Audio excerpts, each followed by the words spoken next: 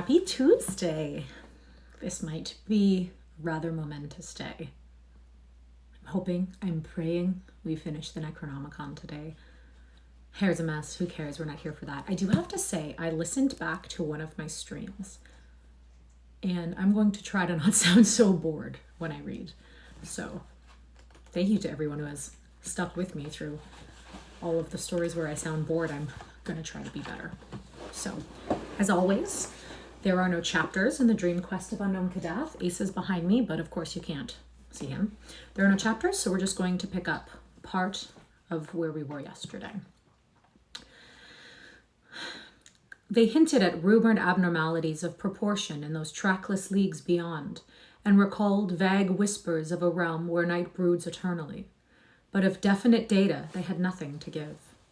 So Carter and his party thanked them kindly, and, crossing the topmost granite pinnacles to the skies of Inganok, dropped below the levels of the phosphorescent night clouds, and beheld in the distance those terrible squatting gargoyles that were mountains, till some titan had carved fright into their virgin rock. There they squatted in a hellish half-circle, their legs on the desert sand and their mitres piercing the luminous clouds. Sinister, wolf-like and double-headed, with faces of fury and right hands raised, dully and malignly watching the rim of man's world and guarding with horror the reaches of a cold northern world that is not man's. From their hideous laps rose evil shantaks of elephantine bulk, but these all fled with insane titters as the vanguard of night gaunts was sighted in the misty sky. Northward above those gargoyle mountains flew the army, and over leagues of dim desert where never a landmark rose. Oh, I think I went way back, but that's fine. Less and less luminous grew the clouds, till at length Carter could see only blackness around him. But never did the winged steeds falter, bred as they were in earth's blackest crypts, and seeing not with any eyes, but with the whole dank surface of their slippery forms. On and on they flew, past winds of dubious scent and sounds of dubious import, ever in thickest darkness, and covering such prodigious spaces that Carter wondered whether or not they could still be within Earth's dreamland. Then suddenly the clouds thinned and the stars shone spectrally above. All below was still black, but those pallid beacons in the sky seemed alive with the meaning and directiveness they had never possessed elsewhere. It was not that the figures of the constellations were different, but that the same familiar shapes now revealed a significance they had formerly failed to make plain. Everything focused towards the north. Every curve and asterism of the glittering sky became part of a vast design whose function was to hurry first the eye and then the whole observer onward to some secret and terrible goal of convergence beyond the frozen waste that stretched endlessly ahead. Carter looked toward the east where the great ridge of barrier peaks had towered along all the length of Inganok, and saw against the stars a jagged silhouette which told of its continued presence.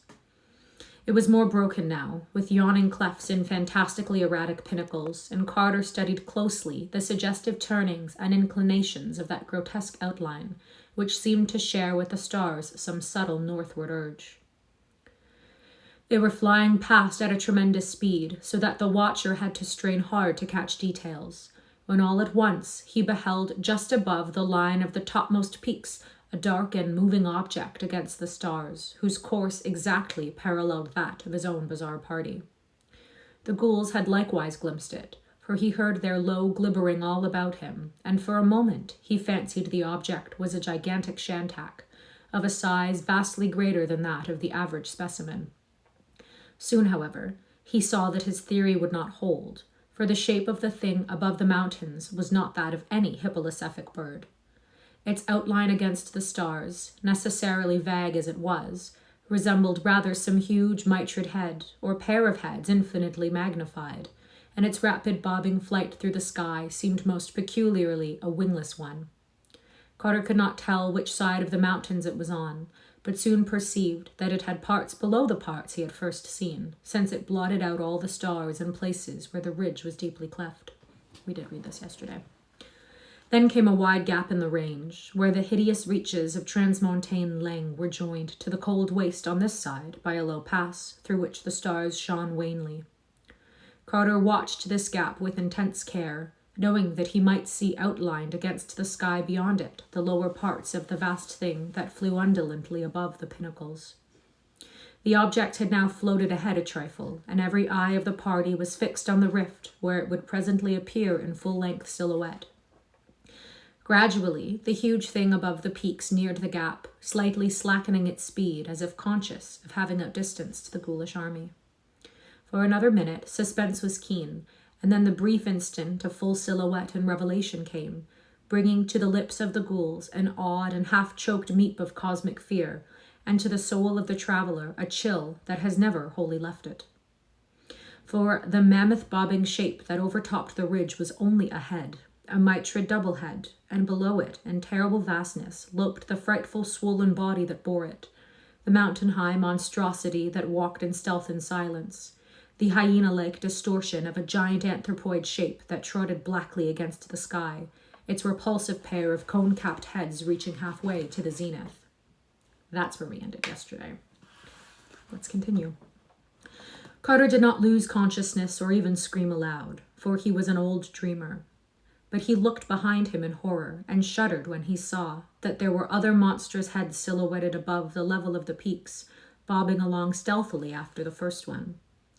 And straight in the rear were three of the mighty mountain shapes seen full against the southern stars, tiptoeing wolf-like and lumberingly, their tall mitres nodding thousands of feet in the air.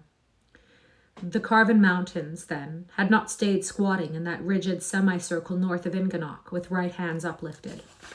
They had duties to perform, and were not remiss. But it was horrible that they never spoke, and never even made a sound in walking. Meanwhile, the ghoul that was Pickman had glibbered an order to the night gaunts, and the whole army soared higher into the air. Up toward the stars the grotesque column shot, till nothing stood out any longer against the sky, neither the grey granite ridge that was still, nor the carven mitred mountains that walked. All was blackness beneath as the fluttering legion surged northward amidst rushing winds and invisible laughter in the ether, and never a shantak or less mentionable entity rose from the haunted wastes to pursue them. The further they went, the faster they flew, till soon their dizzying speed seemed to pass that of a rifle ball and approach that of a planet in its orbit. Carter wondered how, with such speed, the earth could still stretch beneath them, but knew that in the land of dream, dimensions have strange properties. That they were in a realm of eternal night he felt certain, and he fancied that the constellations overhead had subtly emphasized their northward focus, gathering themselves up, as it were, to cast the flying army into the void of the boreal pole, as the folds of a bag are gathered up to cast out the last bits of substance therein. Then he noticed with terror that the wings of the night gaunts were not flapping any more. The horned and faceless steeds had folded their membranous appendages, and were resting quite passive in the chaos of wind that whirled and chuckled as it bore them on. A force not of earth had seized on the army, and ghouls and night gaunts alike were powerless before a current which pulled madly and relentlessly into the north, whence no mortal had ever returned. At length a lone pallid light was seen on the skyline ahead, thereafter rising steadily as they approached, and having beneath it a black mass that blotted out the stars. Carter saw that it must be some beacon on a mountain, for only a mountain could rise so vast as seen from so prodigious a height in the air. Higher and higher rose the light and the blackness beneath it, till half the northern sky was obscured by the rugged conical mass. Lofty as the army was, that pale and sinister beacon rose above it, towering monstrous over all peaks and concernments of earth, and tasting the atomless ether where the cryptical moon and the mad planets reel. No mountain known of man was that which loomed before them. The high clouds far below were but a fringe for its foothills. The groping dizziness of topmost air was but a girdle for its loins. Scornful and spectral climbed that bridge betwixt earth and heaven, black in eternal night, and crowned with a scent of unknown stars, whose awful and significant outline grew every moment clearer. Ghouls meeped in wonder as they saw it, and Carter shivered in fear lest all the hurtling army be dashed to pieces on the unyielding onyx of that cyclopean cliff. Higher and higher rose the light, till it mingled with the loftiest orbs of the zenith, and winked down at the flyers with lurid mockery. All the north beneath it was blackness now, dread, stony blackness from infinite depths to infinite heights, with only that pale winking beacon perched unreachably at the top of all vision. Carter studied the light more closely and saw that at last what lines its inky background made against the stars. There were towers on that Titan mountaintop, horrible domed towers and noxious and incalculable tiers and clusters beyond any dreamlike workmanship of man, battlements and terraces of wonder and menace, all limbed tiny and black and distant against the starry scent. Scent? Yeah, sure. P-S-H-E-N-T. Scent. That glowed malevolently at the uppermost rim of sight. Capping that most measureless of mountains was a castle beyond all mortal thought, and in it glowed the demon light. Then Randolph Carter knew that his quest was done, and that he saw above him the goal of all forbidden steps and audacious visions, the fabulous, the incredible home of the great ones atop unknown Kadath. Even as he realized this thing, Carter noticed a change in the course of the helplessly wind-sucked party. They were rising abruptly now, and it was plain that the focus of their flight was the onyx castle where the pale light shone. So close was the great black mountain that its sides sped by them dizzyingly as they shot upward, and in the darkness they could discern nothing upon it. Vaster and vaster loomed the tenebrous towers of the nighted castle above, and Carter could see that it was well-nigh blasphemous in its immensity. Well might its stones have been quarried by nameless workmen in that horrible gulf rent out of the rock in the hill past north of Inganock, for such was its size that a man on its threshold stood even as air out of the steps of earth's loftiest fortress. The scent of unknown stars above the myriad domed turrets glowed with a sallow, sickly flare, so that a kind of twilight hung about the murky walls of slippery onyx. The pallid beacon was now seen to be a single shining window high up in one of the loftiest towers, and as the helpless army neared the top of the mountain, Carter thought he detected unpleasant shadows flitting across the feebly luminous expanse. It was a strangely arched window, of a design wholly alien to Earth. The solid rock now gave place to the giant foundations of the monstrous castle, and it seemed that the speed of the party was somewhat abated. Vast walls shot up, and there was a glimpse of a great gate through which the voyagers were swept. All was night in the Titan courtyard, and then came the deeper blackness of inmost things as a huge arched portal engulfed the column.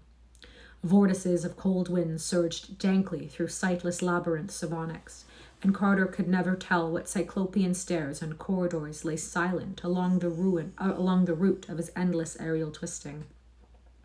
Always upward led the terrible plunge in darkness, and never a sound, touch, or glimpse broke the dense pall of mystery. Large as the army of ghouls and night gaunts was, it was lost in the prodigious voids of that more than earthly castle. And when at last there suddenly dawned around him the lurid light of that single tower room whose lofty window had served as a beacon, it took Carter long to discern the far walls and high distant ceiling, and to realize that he was indeed not again in the boundless air outside.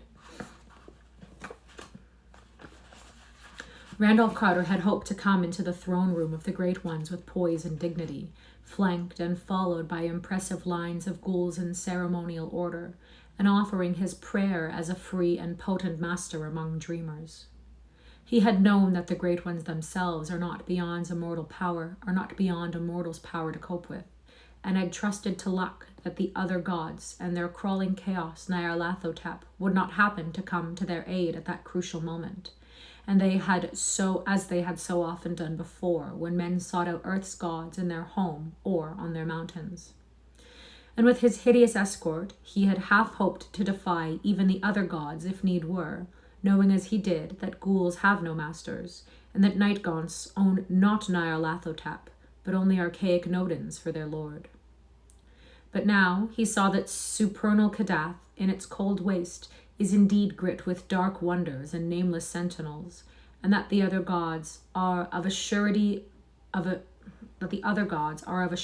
vigilant in guarding the mild, feeble gods of earth. We know how I feel about his really long sentences. Hello. Void as they are of lordship over ghouls and night gaunts, the mindless, shapeless blasphemies of outer space can yet control them when they must, so that it was not in state as a free and potent master of dreamers that Randolph Carter came into the Great One's throne room with the ghouls. Swept and herded by nightmare tempests from the stars, and dogged by unseen horrors of the northern waste, all that army floated captive and helpless in the lurid light, dropping numbly to the onyx floor, when by some voiceless order the winds of fright dissolved. Before no golden dais had Randolph Carter come, nor was there any august circle of crowned and haloed beings with narrowed eyes, long lobed ears, thin nose, and pointed chin, whose kinship to the carven face on a granite might stamp them as those to whom a dreamer might pray. Save for the one tower room, the onyx castle atop Kadath was dark, and the masters were not there. Carter had come to unknown Kadath in the cold waste, but he had not found the gods. Yet still the lurid light glowed in that one tower room, whose size was so little less than that of all outdoors, and whose distant walls and roof were so nearly lost to sight in thin, curling mists. Earth's gods were not there, it was true, but of subtler and less visible presences there could be no lack. Where the mild gods are absent, the other gods are not unrepresented, and certainly the onyx castle of castles was far from tenantless. In what outrageous form or forms terror would next reveal itself, Carter could by no means imagine. He felt that his visit had been expected, and wondered how close a watch had all along been kept upon him by the crawling chaos Nyarlathotep. It is Nyarlathotep, horror of infinite shapes and dread souls and messenger of the other gods, that the fungus moon beasts serve, and Carter thought of the black galley that had vanished when the tide of battle turned against the toad-like abnormalities on the jagged rock in the sea. We are only reading. I'm good, thanks. How are you? Reflecting upon these things, he was staggering to his feet in the midst of his nightmare company when there rang without warning through that pale litten and limitless chamber the hideous blast of a demon trumpet. 3 times pealed that frightful brazen scream, and when the echoes of the third blast had died chucklingly away, Randolph Carter saw that he was alone. Whither, why, and how the ghouls and night gaunts had been snatched from sight was not for him to divine. He knew only that he was suddenly alone, and that whatever unseen powers lurked mockingly around him were no powers of earth's friendly dreamland. Presently, from the chamber's uttermost reaches, a new sound came. This, too, was a rhythmic trumpeting, but of a kind far removed from the 3 raucous blasts which had dissolved his goodly cohorts. In this low fanfare echoed all the wonder and melody of ethereal dream, exotic vistas of unimagined loveliness floating from each strange chord in subtly alien cadence. Odors of incense came to match the golden notes, and overhead a great light dawned, its colors changing in cycles unknown to Earth's spectrum, and following the song of the trumpets in weird, symphonic harmonies. Torched flares in the distance, and the beat of drums throbbed nearer amidst waves of tense expectancy.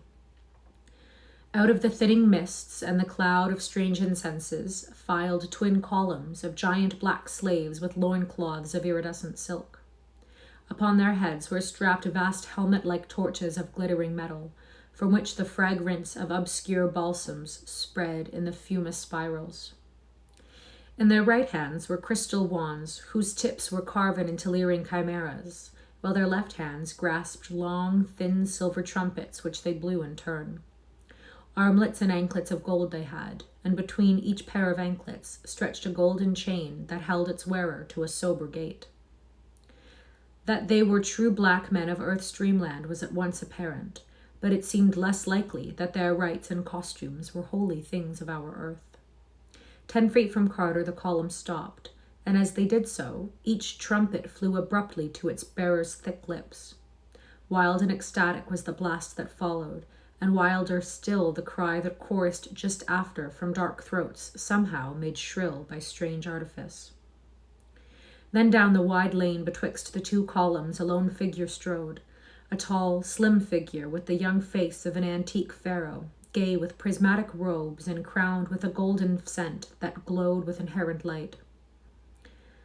Close up to Carter strode the regal figure, whose proud carriage and smart features had in them the fascination of a dark god or fallen archangel, and around whose eyes there lurked the languid sparkle of capricious humor.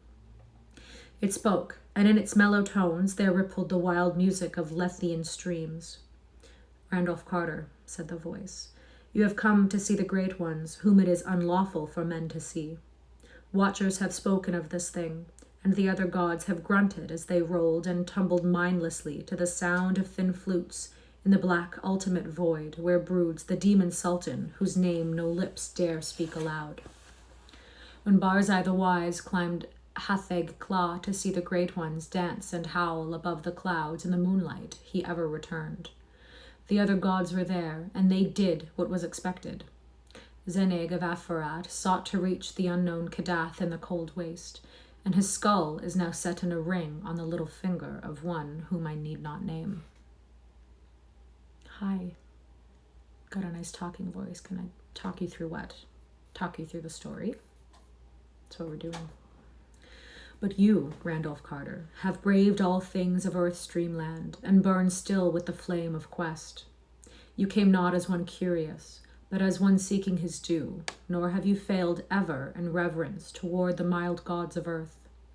Yet have these gods kept you from the marvelous sunset city of your dreams, and wholly through their own small covetousness, for verily they craved the weird loveliness of that which your fancy has fashioned, and vowed that henceforward no other spot should be their abode. They are gone from their castle on unknown Kadath to dwell in your marvelous city. All through its palaces of veined marble they revel by day, and when the sun sets they go out in the perfumed gardens and watch the golden glory on temples and colonnades, arched bridges and silver-basined fountains, and wide streets with blossom-laden urns and ivory statues in gleaming rows. And when night comes, they climb tall terraces in the dew and sit on carved benches of porphyry scanning the stars, or lean over pale balustrades to gaze at the town's steep northward slopes, where one by one the little windows and old peaked gables shine softly out with the calm yellow light of homely candles. The gods love your marvelous city, and walk no more in the ways of the gods. They have forgotten the high places of earth and the mountains that knew their youth. The earth has no longer any gods that are gods, and only the other ones from outer space hold sway on unremembered Kadath. Far away in a valley of your own childhood, Randolph Carter, play the heedless great ones. Oh, I'd be pissed. Came all that way just to find out that they're not there. You have dreamed too well, a wise arch-dreamer, for you have drawn dreams' gods away from the world of all men's visions to that which is wholly yours, having builded out of your boyhood's small fancies a city more lovely than all the phantoms that have gone before. It is not well that Earth's gods leave their thrones for the spider to spin on, and their realm for the other gods to sway in the dark manner of others. Fain would the powers from outside bring chaos and horror to you, Randolph Carter, who are the cause of their upsetting, but that they know it is by you alone that the gods may be sent back to their world. In that half-waking dreamland which is yours, no power of uttermost night may pursue, and only you can send the selfish great ones gently out of your marvelous sunset city, back through the northern twilight to their wonted place atop unknown Kadath in the cold waste. So, Randolph Carter, in the name of the other gods, I spare you and charge you to serve my will. I charge you to seek that sunset city which is yours, and to send thence the drowsy truant gods from whom the dream world waits. Not hard to find is that roseal fever of the gods, that fanfare of supernatural trumpets and clash of immortal cymbals, that mystery whose place and meaning have haunted you through the halls of waking and the gulfs of dreaming, and tormented you with hints of vanished memory and the pain of lost things awesome and momentous. Not hard to find is that symbol and relic of your days of wonder, for truly it is but the stable and eternal gem wherein all that wonder sparkles crystallized to light your evening path. Behold, it is not over unknown seas, but back over well-known years that your quest must go, back to the bright strange things of infancy and the quick sun-drenched glimpses of magic that old scenes brought to wide young eyes. For know you that your gold and marble city of wonder is only the sum of what you have seen and loved in youth. It is the glory of Boston's hillside roofs and western windows aflame with sunset, of the fragrant common, and the great dome on the hill, and the tangle of gables and chimneys in the violet valley where the many-bridged Charles flows drowsily. These things you saw, Randolph Carter, when your nurse first wheeled you out into the springtime, and they will be the last things you will ever see with eyes of memory and love. And there is antique Salem with its brooding years, and spectral Marblehead scaling its rocky precipices into past centuries, and the glory of Salem's towers and spires seen afar from Marblehead's pastures across the harbor against the setting sun. There is Providence, quaint and lordly on its 7 hills over the blue harbor, with terraces of green leading up to the steeples and citadels of living antiquity, and Newport climbing wraith-like from its dreaming breakwater. Arkham is there, with its moss-grown gambrel roofs and the rocky rolling meadow behind it, an antediluvian Kingsport, hoary with stacked chimneys and deserted quays and overhanging gables, and the marvel of high cliffs, and the milky misted ocean with toiling buoys beyond. Cool vales in Concord, cobbled lanes in Portsmouth, twilight bends of rustic New Hampshire roads where giant elms half hide white farmhouse walls and creaking well sweeps. Gloucester's salt wharves and Truro's windy willows. Vistas of distant steepled towns and hills beyond hills along the North Shore, hushed stony slopes and low ivied cottages in the lee of huge boulders in Rhode Island's back country. Scent of the sea and fragrance of the fields, spell of the dark woods and joy of the orchards and gardens at dawn. These, Randolph Carter, are your city, for they are yourself. New England bore you, and into your soul she poured a liquid loveliness which cannot die. This loveliness, molded, crystallized, and polished by years of memory and dreaming, is your terraced wonder of elusive sunsets, and to find that marble parapet with curious urns and carven rail, and descend at last these endless balustraded steps to the city of broad squares and prismatic fountains, you need only to turn back to the thoughts and visions of your wistful boyhood. Look, through that window shine the stars of eternal night. Even now they are shining above the scenes you have known and cherished, drinking of their charm that they may shine more lovely over the gardens of dream. There is Antares. He is winking at this moment over the roofs of Tremont Street, and you could see him from your window on Beacon Hill. Out beyond those stars yawn the gulfs from whence my mindless masters have sent me. Some day you too may traverse them, but if you are wise, you will beware such folly, for of those mortals who have been and returned, only one preserves a mind unshattered by the pounding, clawing horrors of the void. Terrors and blasphemies gnaw at one another for space, and there is more evil in the lesser ones than in the greater, even as you know from the deeds of those who sought to deliver you into my hands, whilst I myself harbored no wish to shatter you, and would indeed have helped you hither long ago, had I not been elsewhere busy, and certain that you would yourself find the way. Shun then the outer hells, and stick to the calm, lovely things of your youth. Seek out your marvelous city, and drive thence the recreant great ones, sending them back gently to those scenes which are of their own youth, and which wait uneasily for their return. Easier even than the way of dim memory is the way I shall prepare for you. See, there comes hither a monstrous shantak, led by a slave who for your peace of mind had best keep invisible. Mount and be ready. There, Yogash the Black will lead you on the scaly horror. Steer for that brightest star just south of the zenith. It is Vega, and in 2 hours will be just above the terrace of your sunset city. Steer for it only till you hear a far-off singing in the high ether.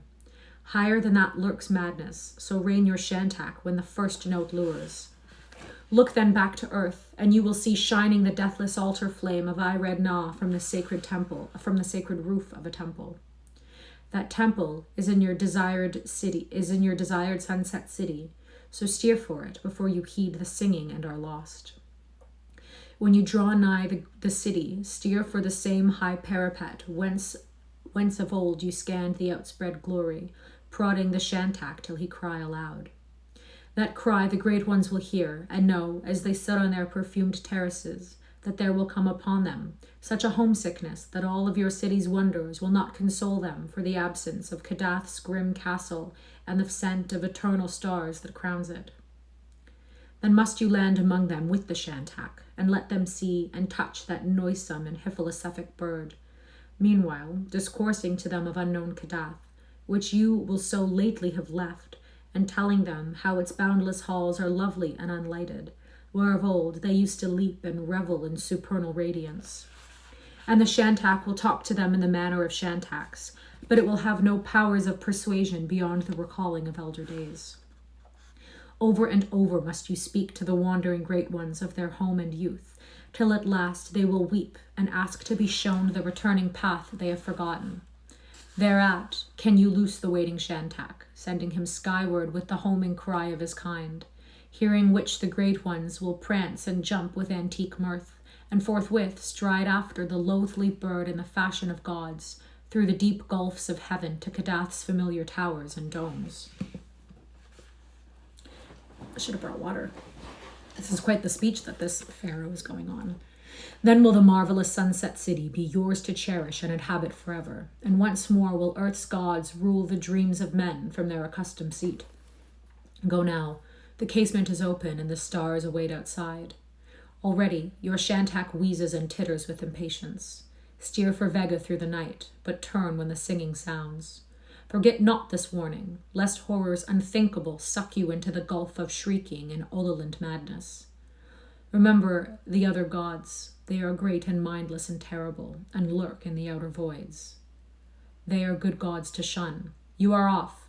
Send back earth's gods to their haunts on unknown Kadath, and pray to all space that you may never meet me in my 1,000 other forms. Farewell, Randolph Carter, and beware, for I am Nyarlathotep, the crawling chaos. Ooh, chills. Could I know if this channel is about recording your reading process? Yeah, we read together, and then these videos get uploaded on YouTube. The YouTube channel is the same name as this. We've done all kinds of books. We read these for the first time together, so I stutter over all kinds of stuff. And yeah, thanks for being here. Ooh, he met Nyarlathotep. Chills. And Randolph Carter, gasping and dizzy on his hideous shantak, shot screamingly into space toward the cold blue glare of boreal Vega, looking but once behind him at the clustered and chaotic turrets of the onyx nightmare, wherein still glowed the lone, lurid light of that window above the air and the clouds of Earth's dreamland. Great polypus horrors slid darkly past, and unseen bat wings beat multitudinous around him, but still he clung to the unwholesome mane of that loathly and hippolosephic scaled bird. The stars danced mockingly, almost shifting now and then to form pale signs of doom that one might wonder one had not seen and feared before, and ever the winds of nether howled in vague blackness and loneliness beyond the cosmos. Then through the glittering vault ahead there fell a hush of portent, of all the winds and horrors slunk away as night things slink away before the dawn. Trembling in waves that golden wisps of nebula made weirdly visible, there rose a timid hint of far-off melody, droning in faint chords that our own universe of stars knows not. And, as that music grew, the shantak raised its ears and plunged ahead, and Carter likewise bent to catch each lovely strain. It was a song, but not the song of any voice. Night and the spheres sang it, and it was old when space and Nyarlathotep and the other gods were born. Faster flew the shantak, and lower bent the rider, drunk with the marvel of strange gulfs and whirling in the crystal coils of outer magic. Then came too late the warning of the evil one, the sardonic caution of the demon legate who had bidden the seeker beware the madness of the song. Only to taunt had Nyarlathotep marked out the way to safety and the marvelous sunset city. Only to mock had that black messenger revealed the secrets of these truant gods, whose steps he could so easily lead back at will.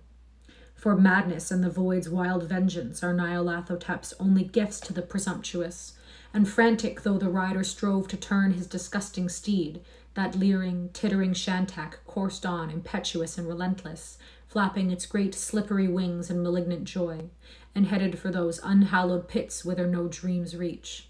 That last amorphous blight of nethermost confusion, where bubbles and blasphemes, at infinity's center, the mindless demon sultan Azathoth, whose name no lips dare speak aloud. Unswerving and obedient to the foul legate's orders, that hellish bird plunged onward through shoals of shapeless lurkers and caperers in the darkness, and vacuous herds of drifting entities that pawed and groped and groped and pawed, the nameless larvae of the other gods, that are like them blind and without mind, and possessed of singular hungers and thirsts.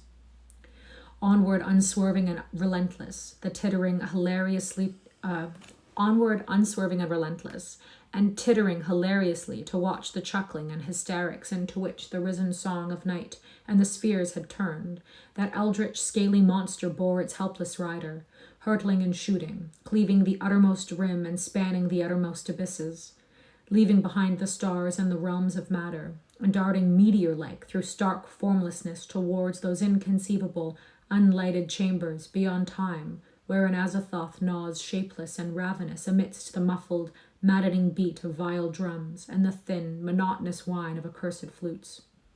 Onward, onward, through the screaming, cackling, and blackly populous gulfs. And then, from some dim, blessed distance, there came an image and a thought to Randolph Carter the doomed. Too well had Nyarlathotep planned his mocking and his tantalizing, for he had brought up that which no gusts of icy terror could quite efface. Home, New England, Beacon Hill, the waking world. For you know that your gold and marble city of wonder is only the sum of what you have seen and loved in youth, the glory of Boston's hillside roofs and western windows aflame with sunset, of the flower-fragrant common, and the great dome on the hill, and the tangle of gables and chimneys, and the violet valley where the many-bridged Charles flows drowsily. This loveliness, molded, crystallized, and polished by years of memory and dreaming, is your terraced wonder of elusive sunsets.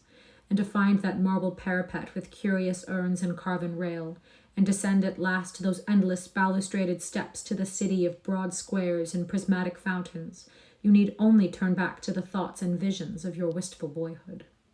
Onward, onward, dizzyingly onward to ultimate doom through the blackness where sightless feelers pawed and slimy snouts jostled and nameless things tittered and tittered and tittered. But the image and the thought had come, and Randolph Carter knew clearly that he was dreaming, and only dreaming, and that somewhere in the background the world of waking and the city of his infancy still lay. Words came again. You need only turn back to the thoughts and visions of your wistful boyhood. Turn, turn. Blackness on every side, but Randolph Carter could turn.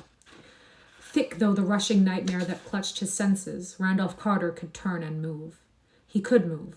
And if he chose, he could leap off the evil shantak that bore him hurtlingly doomward at the orders of Nyarlathotep. He could leap off and dare those depths of night that yawned interminably down, those depths of fear whose terrors yet could not exceed the nameless doom that lurked waiting at chaos's core. He could turn and move and leap. He could. He would. He would. Off that vast hippolymphic abomination leapt the doomed and desperate dreamer, and down through endless voids of sentient blackness he fell. Eons reeled, universes died and were born again. Stars became nebulae, and nebulae became stars. And still, Randolph Carter fell through those endless voids of sentient blackness. That in the slow creeping course of eternity, the utmost cycle of the cosmos churned itself into another futile completion, and all things became again as they were on reckoned kalpas before. Matter and light were born anew as space once had known them, and comets, suns, and worlds sprang flamingly into life, though nothing survived to tell that they had been and gone, always and always, back to no, first nothing. And there was a firmament again, and a wind, and a glare of purple light in the eyes of the falling dreamer. There were gods and presences and wills, beauty and evil, and the shrieking of noxious night robbed of its prey. For through the unknown ultimate cycle had lived a thought and a vision of a dreamer's boyhood, and now there were remade a waking world and an old cherished city to body and to justify these things. Out of the void Sungak, the violet gas has pointed the way, and archaic Nodens was bellowing his guidance from unhinted deeps. Stars swell to dawns, and dawns burst into fountains of gold, carmine and purple, and still the dreamer fell. Cries rent the ether as ribbons of light beat back the fiends from outside, and hoary Nodens raised a howl of triumph when Nyarlathotep, close on his quarry, stopped baffled by a glare that seared his formless hunting horrors to grey dust. Randolph Carter had indeed descended at last the wide marmoreal flights to his marvelous city, for he was come again to the fair New England world that had wrought him. So to the organ chords of morning's myriad whistles, and dawn's blaze thrown dazzling through purple panes by the great gold dome of the State House on the hill, Randolph Carter leapt shoutingly awake within his Boston room. Birds sang in hidden gardens, and the perfume of trellised vines came wistful from arbors his grandfather had reared. Beauty and light glowed from classic mantel and carven cornice and walls grotesquely figured, whilst a sleek black cat rose yawning from hearthside sleep that his master's start and shriek had disturbed. And vast infinities away, past the gate of deeper slumber and the enchanted wood, and the garden lands of the Serenarian Sea, and the twilight reaches of Inganok, the crawling chaos Nyarlathotep strode brooding into the onyx castle atop Kadath in the cold waste, and taunted insolently the mild gods of earth, whom he had snatched abruptly from their scented revels in the marvelous sunset city. And that is the end of the dream quest of unknown Kadath. We did it. What's going on here? English is my second language. When I read, I need to take in and understand context. When I pause, reread, and contemplate to comprehend and feel cohesive. Do native speakers get it when they read most paragraphs for the first time? I want to achieve the fluency one day, and I'm working on it. Yeah, absolutely. Most of the time when I'm reading, I have to reread stuff because my mind wanders or I don't really understand what they're trying to say. But yeah, you'll get there. Hey, that's absurd. That's crazy. You'll get there. Trevor, can you open the door for AC, please? Ace is going to get out of here, and he's going to stop barking because there is one... I feel anxious and stupid for doing it. No. For taking time to understand? Not at all. You take as much time as you need. I read fast, so, and I read fast out loud as well. So don't feel any type of way if you can't immediately comprehend the things that I'm saying. Don't feel anxious. Reading shouldn't make you feel anxious. So just do what you can. But we have one final poem left in the Necronomicon, and it is called To a Dreamer. I scan thy features calm and white, beneath the single taper's light, thy dark fringed lids, beneath whose screen are eyes that view not earth's demeans? And as I look, I fain would know the paths whereon thy dream steps go, the spectral realms that thou canst see, with eyes veiled from the world and me. For I have likewise gazed in sleep on things my memory scarce can keep, and from half-knowing long to spy again the scenes before thine eye. I too have known the peaks of Thok, the vales of Nath, where dream shapes flock, the vaults of Zin, and when I trove, why thou demand'st that taper's glow. But what is this that suddenly slips over thy face and bearded lips? What fear distracts thy mind and heart, that drops must from thy forehead start?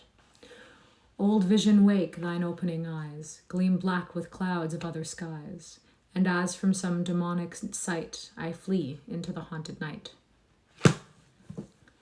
We're done! Look at this! We read all of this together. That's crazy. Thank you.